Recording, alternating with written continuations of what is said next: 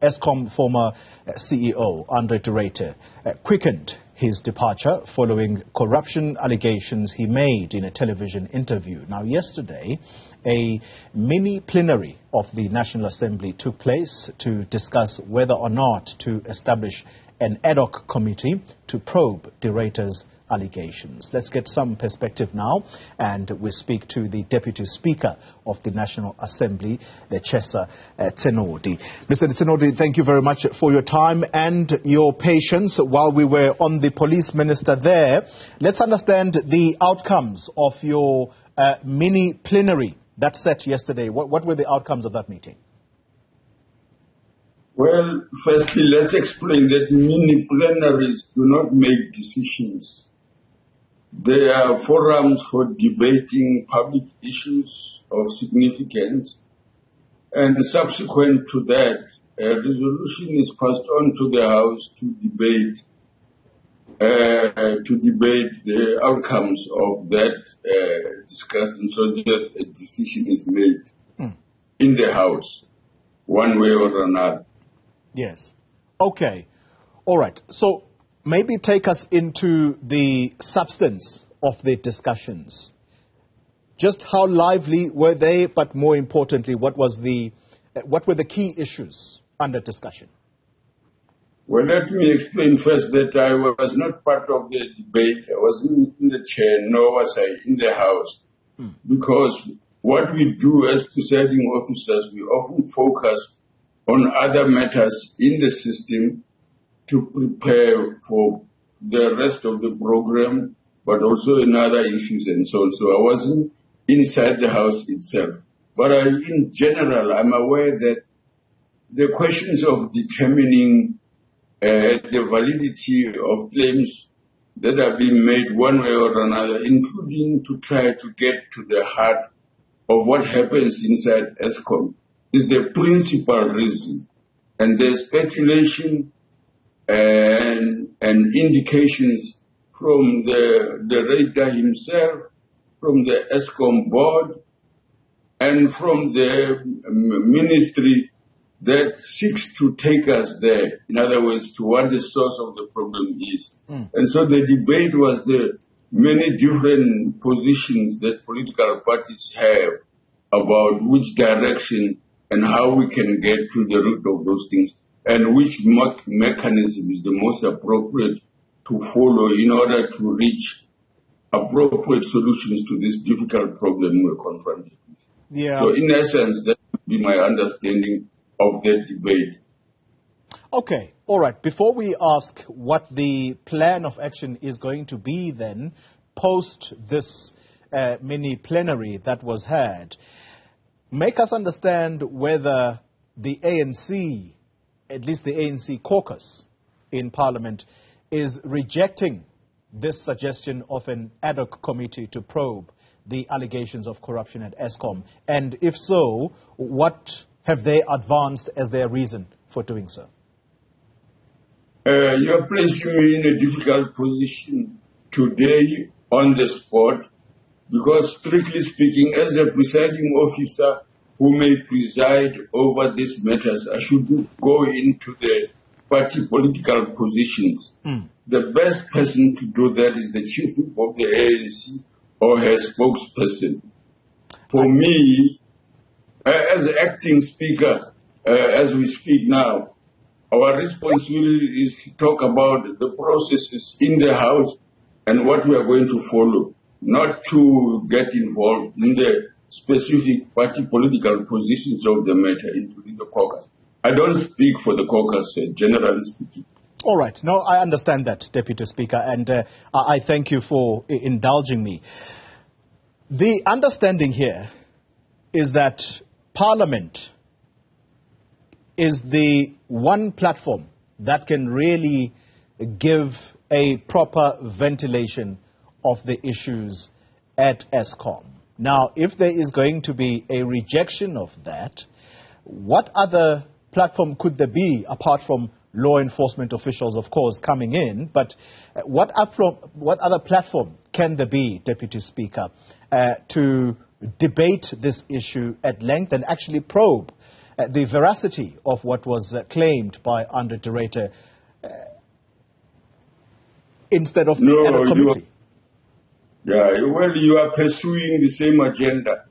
Essentially, when I said various mechanisms are debated about what to do, how to do it, and so on.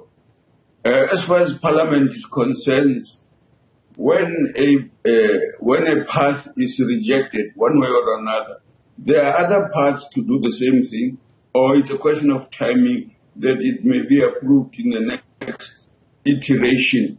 It does not mean because it's rejected today, it means it's rejected all the time. The Speaker often rejects motions that come from members because they are badly written, not according to the rules, and therefore the timing and the space during which they expect it to be is not accepted, is rescheduled, and so on. So I think this is one of the ways we can look at what you are suggesting, what else can be done to do the same thing that is necessary in order to reach the truth of what is happening at Eskom. So I don't think by implication, because Parliament is rejecting it today, it's a permanent rejection. It's not. Am I correct to assume, Deputy Speaker, that you as presiding officers would be aware of Scopa inviting the former Eskom CEO to go before its committee to explain? Yes. Is that something that you are aware of? Yes, I'm aware. Is that something you encourage?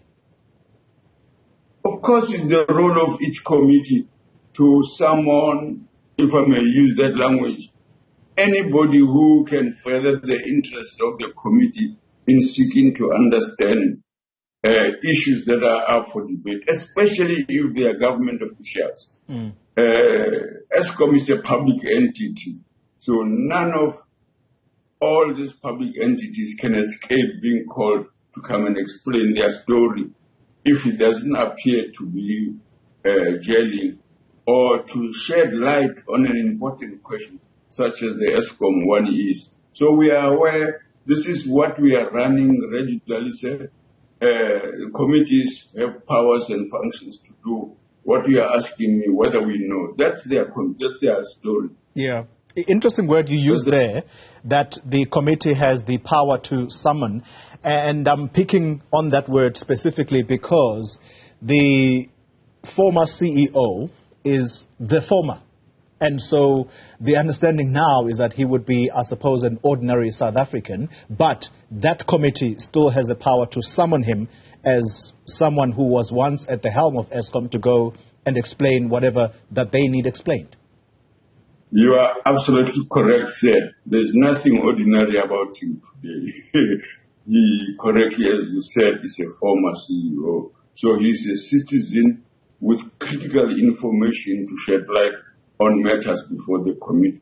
I wanted to say that debates, as we were talking about earlier on, occur in plenary sessions, in mini-plenary sessions, and in committee hearings, in Parliament and or in locations in the country wherever these things happen, such as we often have, for example, when the National Council of Provinces takes Parliament to the people. And there, people themselves, experts and government officials, including ministers and deputy ministers, are invited to come and shed light on issues that are raised by the public.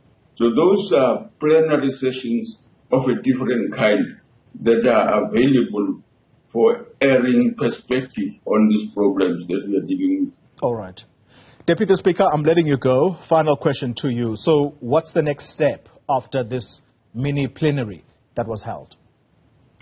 Well, a motion has been proposed, and as you remember, it is a responsibility of Parliament as soon as possible to have a motion debated in the House so that members are given an opportunity to express their views via a vote.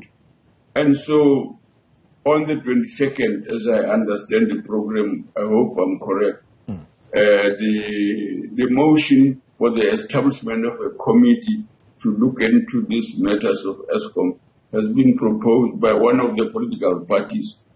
And there will be a vote in the House whether the House approves or not. So that decision will be made on the 22nd. I think the date is yes. Yeah, all right. That on this matter, that will be the next step.